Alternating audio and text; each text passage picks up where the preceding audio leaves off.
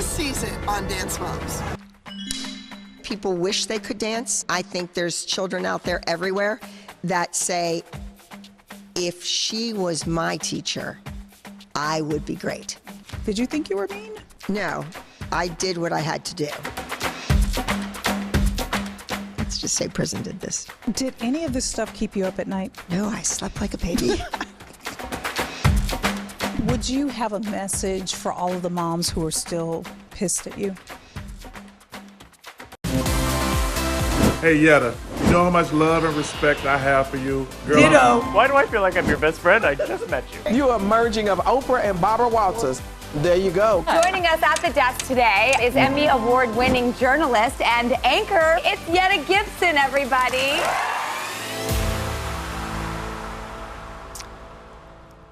Well.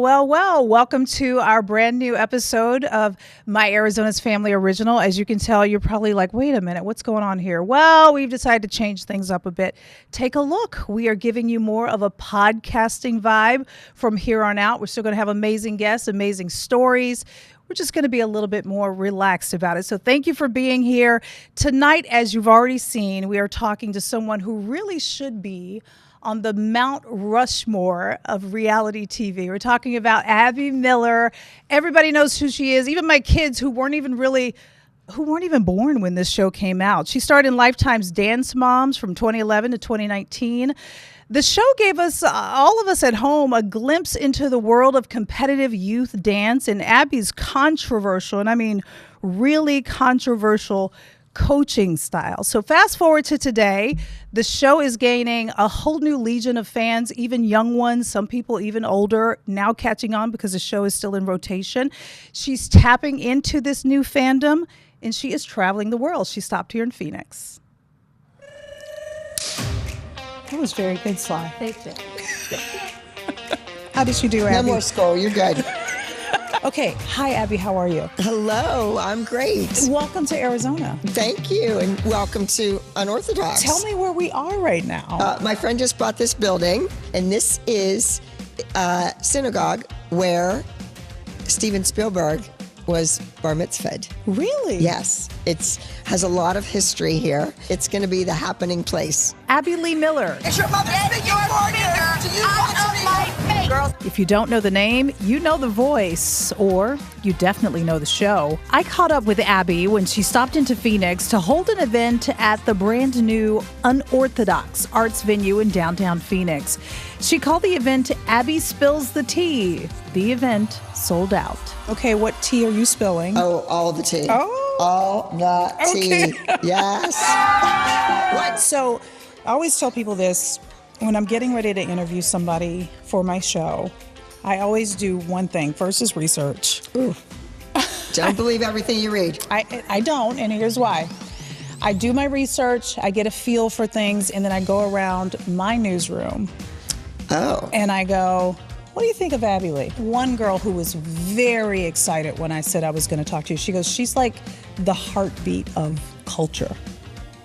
I was like, wow. I like her. I don't know who I would think was the heartbeat of culture. I don't know. Well, apparently it's you. Yes, I'm So when you grateful. sit back and you look at your career and how it's still very much alive, what do you attribute it to? I think dance is a universal language. So do you think it's dance? Do you think it's the dance element versus I just think you? I think it's dance. I think it's the coaching, the tough coaching. I think there's children out there everywhere that say, if she was my teacher, I would be great. If she coached me, I'd be really good. And the kids always got it. Is as much as the parents didn't back in the day when the show first started, and oh my God, she's horrible, she's this, she's that, da, da, da. Even other dance teachers. Oh my goodness, she's giving us a bad name, blah, blah, blah. The kids got it. Okay, and so that brings me to my next person who said, ask her why was she so mean? Did you think you were mean? No, I did what I had to do. Am I a tough teacher? Yes. Do I say snarky things? Yes. However, those children that were cast originally on the show never auditioned. And people don't understand that. I don't understand Okay, those that. kids sat in a chair next to their mothers like this. They look good on camera. The mothers were camera-friendly faces, and they were interviewed. It was supposed to be a housewives show centered around a dance studio. So it was 80% the moms, 10% the kids, 10% the dance studio. I was not on it. No Abby Lee Miller. All of a sudden, I do something crazy. I call the police on this woman, which was not so crazy. I did it all the time. And the network saw that footage and they were like, okay, we knew we had something with the moms and the kids, but this woman is what is the glue. Gotcha.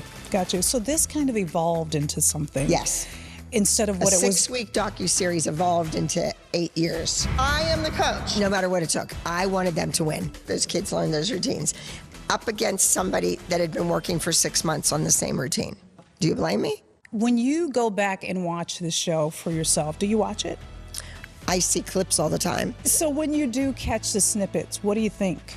What comes in your mind? You know what the first thing I look at? Please. My hair. That's what you're looking I'm at. like, oh, I like my hair there.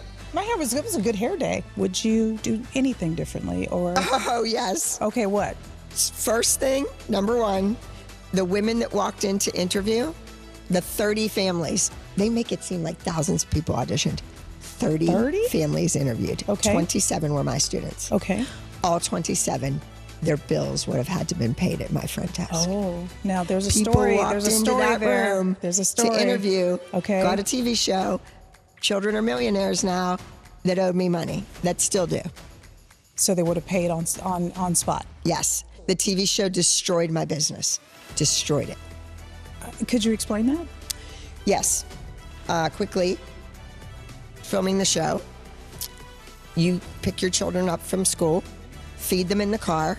They're putting their hair up in a bun. There's a 6'3" guy behind the door holding it shut because they're filming in the lobby. We started filming at 4 o'clock when my classes started. Had we wrapped at 4 o'clock, I would have 500 students in Pittsburgh right now. I got you. So the production itself was too much. I'm a Disney villain. It's Cruella de Vil and I. We've got it. Villain, you're describing yourself as a villain. How does that sit with you? Like, where does the tough love come from? That's my dad. So I was an only child. Oh, you I had were? everything I ever wanted. Grew up in Pittsburgh in a steel mill town during the Depression, the whole deal.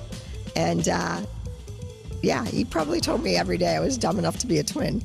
Like I was so dumb, I was dumb for 2 people. So that's where it comes from. Yeah, snarky and sarcastic, but funny. But yeah, I just laughed, However anyone chooses to describe Abby, Dance Moms was undeniably a powerhouse, a full-blown reality TV phenomenon. The series premiered in 2011 and continues to stream today, attracting a whole new generation of fans, many of who weren't even born or were just babies when the first episode aired.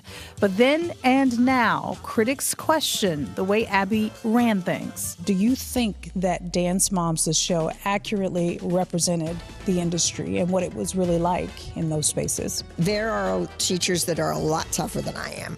Ooh, a lot tougher. I've had kids in 27 Broadway shows. That's wild. That's wild. People don't know that. What is the most shocking,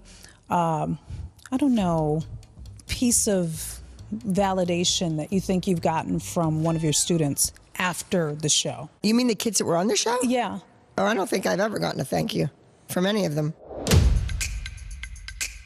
She does still stay in contact with a few of her students, mainly one of her most famous ones, Jojo Siwa. Some of Abby's other students created other paths to success. Which ones are you talking about that did well? What have they done yet? Like they get brand deals. And that's deals. That's success these days. I mean, they act, but I've never really gone to one of the movies that they're in and go, wow, that's my kid. What do you think about the fame these days and what we are considering fame with social media at Crazy. play? It's crazy. When TikTok, first started, it was Musical.ly, and then it became whatever, TikTok. And the kids were doing this, and the TikTok dances. It made you crazy. It made me crazy. Yes. Speaking of TikTok, what is that? That's you. You're a meme. People use this to react. I don't know why my tongue is out. This is a big one on TikTok. This is the most popular one. I know I'm eating a plant or something, like there's a leaf that I'm trying to be sexy. Did any of this stuff keep you up at night? No, I slept like a baby. Would you have a message for all of the moms who are still pissed at you?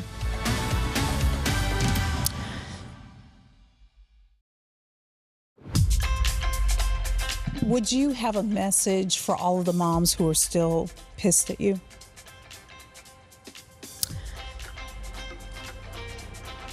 Say thank you. Ooh.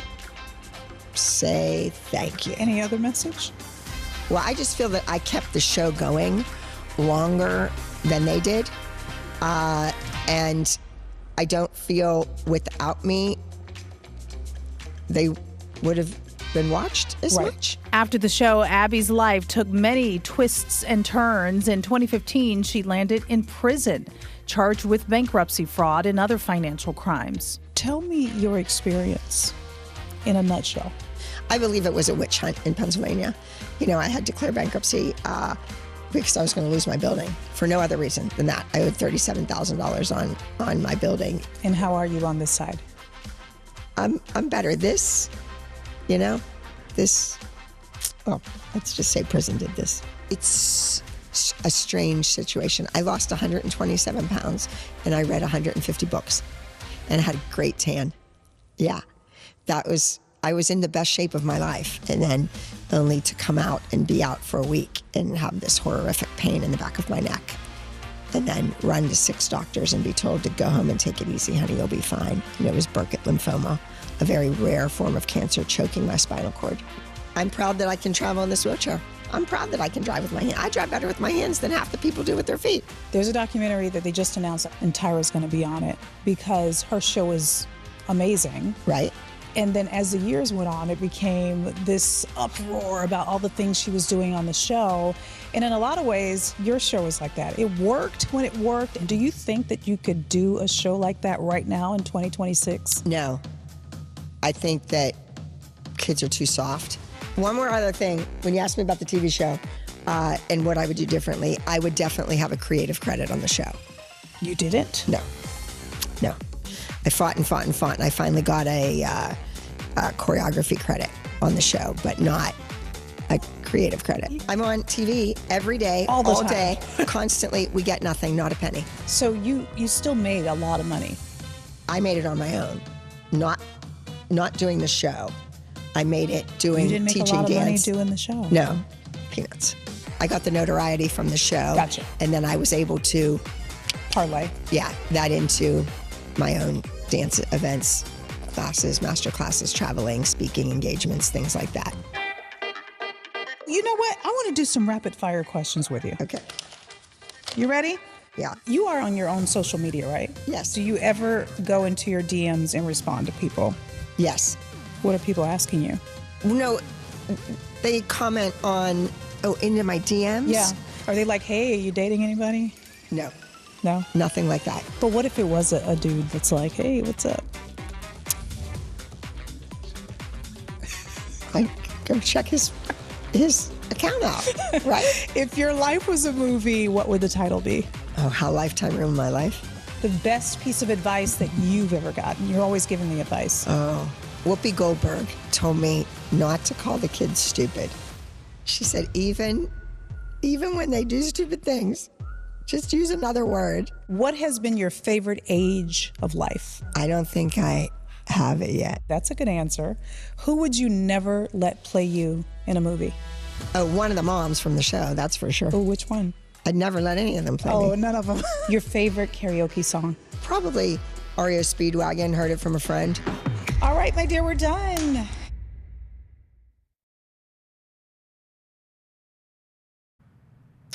All right, so Abby is headed overseas. She's going to do a lot of the same events that she did here in Phoenix. The Abby Spills the Tea events where people can come and ask her anything they want. And as you can see, she will answer pretty much every question. So let's talk about reality TV for a second, because this really got me to thinking about the reality TV that we used to watch before now, like back in the 2010s, and how crazy they used to be. And now people are talking about them and they're looking back going, oh my gosh, that was so out of pocket. We're talking about Tyra Banks specifically because that's the one name that keeps popping up around this topic now because there's a new documentary on Netflix. Rooting for you. We were all rooting for you. I haven't really said much, but now it's time. That was a moment where I realized, oh my God, I think we built a monster. There was a lot of body shaming. You're not thin enough. You're not thin enough. We are actually going to switch your ethnicities. Ooh, baby girl, baby girl. First of all, I want all of you to go out and watch that documentary because it's so interesting. That is a clip from Netflix's reality check, Inside America's Next Top Model. It was so interesting because when I watched the show, when it was actually airing, I thought it was a great show. I'm not gonna lie. The show was great. It had a lot of things that would keep you hooked on what would happen next. However, now it's being revisited and there's a lot of things that people are calling inappropriate on the show, namely Tyra herself. So we're going to talk about that. We're going to bring some guests, my friends Ian and Royal. We're going to talk about some of the other shows that were great then, but out of pocket, really, if you think about it in today, like right now, if you think about it today, none of that stuff could go on if those shows were existing today. So we will be right back. We're going to bring in Ian and Royal. We're going to talk about this. It is in the chat and it's coming up next. I have a twin. She's the one with the better skin, the better genes. I am jealous of your beauty. A Tyra social experiment. Women are trading faces with women who they believe are beautiful. I want her to have the really bad skin. I want her to experience the weight. Will changing their face change their lives? I can't recognize myself. And I do a dramatic transformation like you've never seen before. Next Tyra. Okay, so let's get back to Tyra for a minute.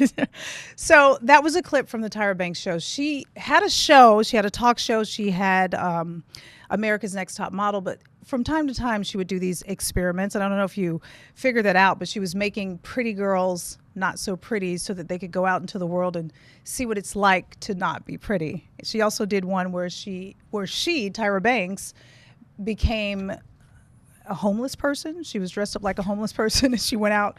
I don't mean to laugh, but it's just interesting how that even was able to be okay back then. And now when you watch it, it's like, wait, she dressed up as a homeless person with a camera crew, stayed in an alley, and then was able to come back and explain what it was like and how bad it was for homeless people. So she did social experiments like this. There was one clip, another clip that I saw where she was getting popular kids to switch roles with unpopular kids to see what it was like.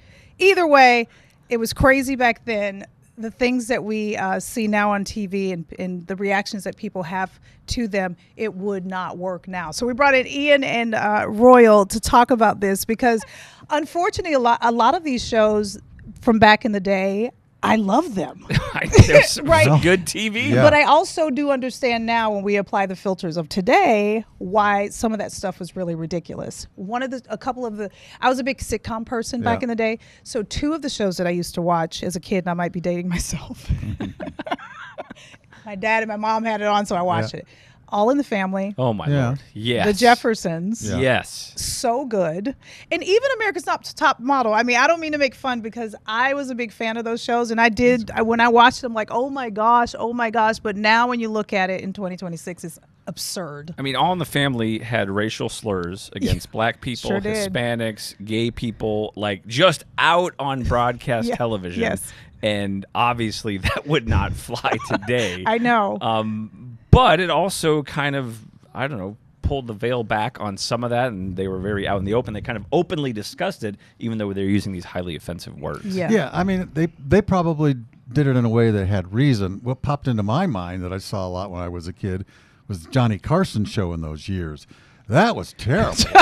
you watch some of the old Johnny Carson shows now, right. and the jokes are just strange. Yeah, I mean, but you laughed at them back then. Back you were like, then. "Oh, that's hilarious." But, they're making fun of women and different racial groups and different ethnic groups, and everyone's like cool with it. That's hilarious. Hilarious. And now, even now, when it comes to comedy, I mean, some of the comedians don't feel like they can go all the way. I mean, Richard Pryor, hello. Yeah. Right. Eddie Murphy, a lot of these kind of legends. Lenny Bruce, way back in the day, had a lot of humor about the Catholic Church, which was kind of an untouchable thing. Yeah. I thought of an old game show, Family Feud. Oh, boy. Richard Dawson. Richard He used to Dawson. kiss the Oh, women. man. He would go down the line. He milked that Yes, baby. yes. Ended up marrying a contestant. Oh, I didn't think. know all of that. I didn't know that was happening until now, because again, all of this stuff resurfaces. It's like, oh my gosh, look at what was happening back then. So my question is, I don't mean to like cross any lines here, but do we miss, not being able to freely speak without feeling like we're being offensive to anybody else? I mean, obviously I'm not a comedian, but I did enjoy the shows. I think comedy is untouchable. And it really depends on the venue. Public broadcast television with the FCC, there's going to be rules. Cable, it's like you don't have to watch it. Right. They're not public airwaves. A comedy show, I think you can say anything you want. If you don't want to go to that show, don't buy the ticket. Right. You knew the guy or girl was going to say that, so I think it's kind of you can get away with almost whatever you want. Yeah. There may be repercussions. I mean, sometimes stuff comes out and people get mad, but I say have at it. Yeah. And I was just going to say, I don't think you shouldn't not watch that old stuff, because I turn on a Carson clip every now and then because that's where we were in history. It's like reading an old book. That's where we were in history. Right. It wouldn't happen today, but it's okay to see where we were. To see where we were. To see where we were in history and what was quote unquote acceptable and what wasn't. Yeah. And you never know. 10 years from now, this might be offensive. Yeah. And then we might have to like clean it up even more. You just never know. Now, I don't recommend that we, go kiss people before we do the weather. No, we don't. Like Richard Dawson. Don't make a habit of that. No. Does not make a habit, but it would give us a few extra points. We get some attention. Yeah. Thank you, guys. Good talk. Yes. How you like the new studio? Love it. This is nice. I might actually live here. Oh, well, very good. Yeah, get a mini fridge. Thank you guys for being here, and thank you for joining us on this episode of Arizona's Family Original. Contact me. My Instagram page is right down below. I'd love to hear what you think about this, and also the guests. If you would like to be on the show, reach out to us. Have a great one, and we'll see you again next week. They knew darn well when their mothers walked into that room and interrupted me, it was going to be bad for them. So you tell your mother, don't your kids look at you and go, Mom, don't say anything. Mom, don't say anything. They were normal kids trying to do that. But it was a TV show, and the mothers were supposed to fight with me. Right. Nobody walked into my room in Pittsburgh, Pennsylvania at my dance studio. Nobody touched that door.